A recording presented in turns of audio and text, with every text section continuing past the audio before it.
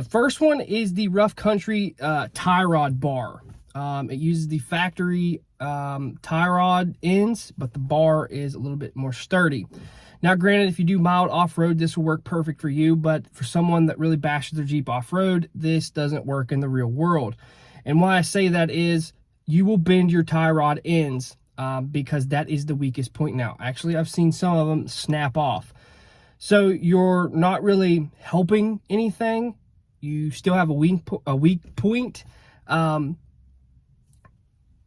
a lot of stock Cherokee tie rod bars, you know, they bend super easy. I've bent tons of them in the past, but now you have to worry about breaking off tie rod ends. So if you're thinking about getting it, if you're just going to your hunting camp, your fishing spot, or just an overlander, yes, this will work great. But if you're bashing off rocks, I do not recommend it. And honestly, I regret buying this item. The next one is the Fab Steering. I love their steering. The steering is great, but get it with tie rod ends.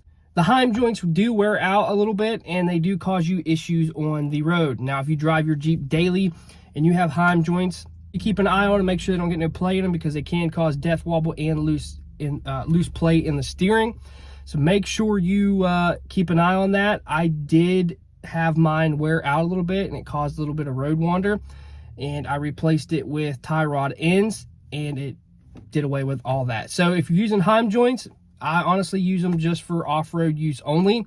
Don't really recommend them for the on-road use. Love the Fab Steering, and I'm not bashing them, and I kind of regret buying the Heim joints instead of the tie rod ends. Another thing we're going to be talking about is a short arm lift. Everybody wants to go high with their Cherokee, which I understand that, and they end up buying the 4-inch lift, 4.5-inch lift, short arm lift. I recommend just saving up a little bit more and getting a little bit bigger lift with a long arm kit. It'll make the Cherokee ride way better and perform off-road better by, you know, a long shot. The problem I had with mine, I did lift it 5.5 inches with short arms. I used drop brackets and stuff. Not saying it did bad, but off-road you could tell it was a short arm lift. You guys remember that it would flex super hard, but at the end of the day, it still was a short arm Jeep Cherokee. Another thing that I regret is the cow snorkel. Now, we're going to talk about why I regret this. You can't really buy them anymore. You can modify some and make them fit. I actually did this once, and I ended up taking my Jeep through some deep water, and there is a fuse box down there, and it shorted that thing out, and it gave this, you know, it gave the Jeep tons of wiring problems. And the other reason why I don't like it, granted, it is better than the stock air box, because a lot of people have blowed up their Jeep with the stock air box with water hitting it.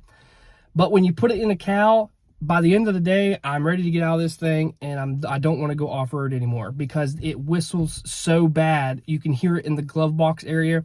Mine would whistle and carry on, and I just got tired of hearing that, honestly. So honestly, it's a personal preference thing. I just build a lot better box. I use a JK box, honestly, or a TJ box, and I make it fit in the Cherokee. But other than that, for some people, they love the cow snorkel. I don't. I regret doing it. Those were the things that I regret doing to my Jeep Cherokee. This is hard-earned money that we, you know, make every day, and we spend on our Jeeps and stuff. I'd make this video and let you guys know what I thought of the products. And honestly, those are the regrets I have when I built my Cherokee. I'm Cherokee Ronnie. Stay dirty, my friends.